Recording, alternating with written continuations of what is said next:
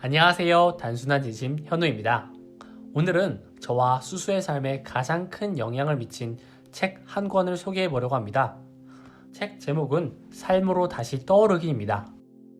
6년 전 이 책을 처음 만났고 지금까지 반복해서 읽고 있지만 읽을 때마다 새롭게 느껴집니다. 그만큼 삶의 본질을 담고 있는 책입니다. 저와 수수의 삶에 변곡점을 만들어준 이 책을 여러분들과 함께 나누고 싶습니다. 여러분은 머릿속에 끊임없이 떠오르는 생각을 멈추고 싶었던 적이 있나요? 불필요한 감정 소모로 지친 경험이 있나요? 필요 이상의 소유물이 부담스럽게 느껴진 경험이 있나요?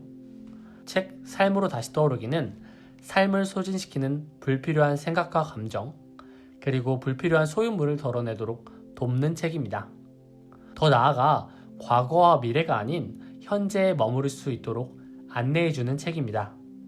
이를 위해 저자는 알아차림이라는 도구를 제시하고 있습니다. 이번 영상에서는 알아차림이란 무엇이고 알아차림이 삶에서 왜 필요한지, 마지막으로 어떻게 알아차림을 실천할 수 있는지 순서대로 이야기를 나누어 보겠습니다. 알아차림이란 무엇일까요?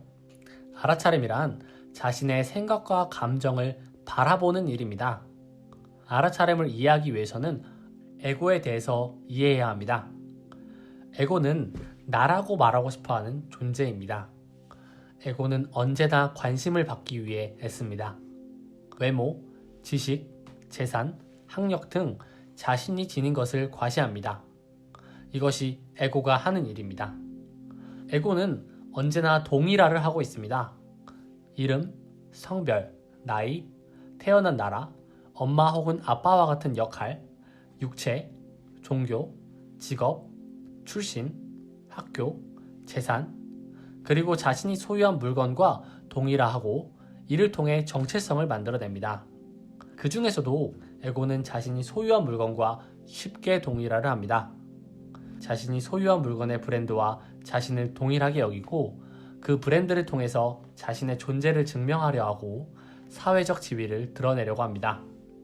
어떤 브랜드의 차를 타고 어느 아파트에 사는지를 통해 자신이 얼마나 성공한 사람인지 스스로 증명하고 타인에게 증명하려 합니다. 동시에 다른 사람이 평범한 차를 타고 평범한 아파트에 사는 모습을 보며 우월감과 안심을 느끼기도 합니다. 하지만 특정 브랜드를 통해 자신의 정체성을 만들어내고 만족감을 느끼려는 시도는 반드시 실패할 수밖에 없습니다. 에고의 만족은 아주 일시적이고 오래 지속되지 않기 때문입니다. 따라서 에고는 끊임없이 더 비싼, 더 고급스러운, 더 사치스러운 것들을 구매합니다. 자신이 가진 소유물의 가치를 인정하고 소중히 여기는 것은 좋지만 물건에 집착하거나 물건과 자신을 동일시한다면 이는 에고가 하는 일이라는 것을 알아차려야 합니다. 다음과 같은 질문이 도움이 될 수 있습니다. 자신을 중요한 인물이나 우월한 사람으로 느끼게 하는 특정한 물건이 있는가? 그것들을 갖고 있지 않으면 당신보다 많이 소유하고 있는 사람에게 열등감을 느끼는가? 은연중에 자신의 소유물을 암시하거나 과시하지는 않는가? 소유물을 잃어버렸을 때 화가 나거나 불쾌해지지는 않는가? 에고는 소유물뿐만이 아니라 생각과 감정과도 쉽게 동일화됩니다. 우울함과 자신을 동일하게 여기고 불안함과 자신을 동일하게 여깁니다. 감정과 나를 동일시할수록 감정에서 빠져나오기 어렵습니다. 그럼 감정을 어떻게 다루면 좋을까요? 내가 느끼는 감정이 자신의 전부가 아니란 사실을 알아야 합니다. 나는 우울하다고 말하는 것은 에고의 목소리입니다. 하지만 내 안에 우울함이 있다고 말하는 것은 에고를 알아차리는 목소리입니다. 우리는 감정이 생겨날 때 감정과 자신을 동일화하지 않고 감정을 별개의 것으로 다루어야 합니다.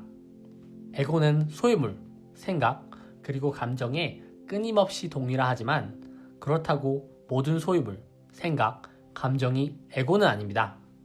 우리가 그것들과 동일화되었을 때, 그것들로부터 자신의 정체성을 찾으려고 할 때에만 그것들은 에고가 됩니다. 알아차림이란 결국 자신이 무엇에 동일화되었는지를 바라보는 일입니다. 그렇다면 알아차림은 삶에서 왜 필요할까요? 우리 삶에서 알아차림이 필요한 이유는 소유물, 생각, 그리고 감정에 좌지우지 되지 않고 자연스러운 나로서 평온하고 온전하게 살아가기 위해서입니다. 에고가 삶의 기반이 되면 우리 삶은 필연적으로 위태로워질 수밖에 없습니다. 외모, 나이, 재산, 소유물, 생각, 감정, 건강 상태는 늘 변하는 것이기에 이러한 것들과 나 자신을 동일시한다면 우리의 삶은 롤러코스터와 같아집니다. 하지만 이 모든 것들이 내가 아니라는 사실을 알아차린다면 변화와 관계없이 평온한 마음으로 살아갈 수 있습니다. 외모, 재산, 건강이 중요하지 않다는 이야기가 아닙니다. 이러한 것들을 잘 관리하고 가꾸는 것은 좋지만 그것들과 자신을 동일시하면 변화하는 상황에 따라 반드시 마음이 고달파질 수밖에 없다는 이야기입니다. 알아차림이 우리 삶에 필요한 두 번째 이유는 온전히 현재에 머무르기 위해서입니다. 에고는 절대 현재에 머무르지 않습니다. 에고는 삶의 의미와 목적을 과거나 미래에서 찾고 현재는 무시합니다. 과거의 영광 속에서 자신의 존재를 찾고 아직 오지 않은 미래를 위해 현재를 희생합니다. 에고가 강력할수록 우리가 하는 모든 생각이 과거 또는 미래에 머무르게 됩니다. 자신이 지금 이렇게 살고 있는 이유는 과거의 특정한 사건 혹은 성장 배경 때문이라고 굳게 믿고 있으며 행복은 지금이 아닌 미래에 있다고 굳게 믿어버립니다. 이러한 방식으로는 현재와 사이좋게 지낼 수 없습니다. 그렇다면 어떻게 알아차림을 실천할 수 있을까요? 에고는 어둠과 같은 존재입니다. 어둠을 물리치기 위해서는 빛이 필요하고 그 빛이 바로 알아차림입니다. 첫 번째로 자신을 규정하고 있는 것들을 알아차릴 수 있습니다. 우리는 생각을 통해 끊임없이 자신을 규정하고 있습니다. 무엇을 좋아하고, 무엇을 잘하고, 무엇을 가지고 있고, 어디에 소속되어 있고, 누구와 관계 맺고, 어떤 일을 하는지를 통해 나 자신을 끊임없이 규정하고 있습니다. 이러한 것들이 나에 대한 정보를 제공해 줄 수는 있지만 결코 나의 본질을 설명해 줄 수는 없습니다. 자신을 규정하고 있는 것들을 생각해보고 이것들이 나 자신이 아님을 알아차리는 작업을 통해 나는 누구인가를 알아차릴 수 있습니다. 더 나아가 자신이 누구인지 알아야 한다는 믿음을 내려놓을 수 있을 때 진정한 자기 자신을 만날 수 있습니다. 두 번째로 우리는 어떤 사건에 대한 자신의 생각을 알아차릴 수 있습니다. 우리가 어떤 상황 속에서 불행하다고 느낄 때 그 불행의 원인은 상황에 있지 않습니다. 그 상황에 대한 우리의 해석이 우리를 불행하게 만듭니다. 상황은 언제나 중립적입니다. 그저 일어난 일일 뿐입니다. 다만 우리가 하고 있는 생각이 우리가 느끼는 감정을 만들어냅니다. 객관적인 상황과 상황에 대한 나의 생각, 그리고 생각으로부터 오는 감정을 분리해서 알아차릴 수 있다면 우리는 생각과 감정을 거리 두고 볼 수 있습니다. 생각과 감정에 거리를 두었을 때 그 사이에 여백이 생기고 우리는 특정한 상황에 감정적으로 반응하는 것이 아니라 이전과는 다르게 바라보고 다르게 대응할 수 있는 여유가 생깁니다. 세 번째로 우리는 알아차림을 통해 다른 사람의 에고를 그 사람의 정체성으로 만들거나 개인의 문제로 환원하지 않을 수 있습니다. 다른 사람의 에고를 그 사람의 정체성으로 만드는 일은 우리 안에 있는 에고가 흔히 하는 일입니다. 그래야 우리 안의 에고가 더 우월하다고 느낄 수 있기 때문입니다. 우리는 누군가를 쉽게 판단하곤 합니다. 나에게 무례한 사람을 진상 또는 꼰대라고 이름 붙이고 슬며시 자신을 그들보다 더 나은 존재로 여깁니다.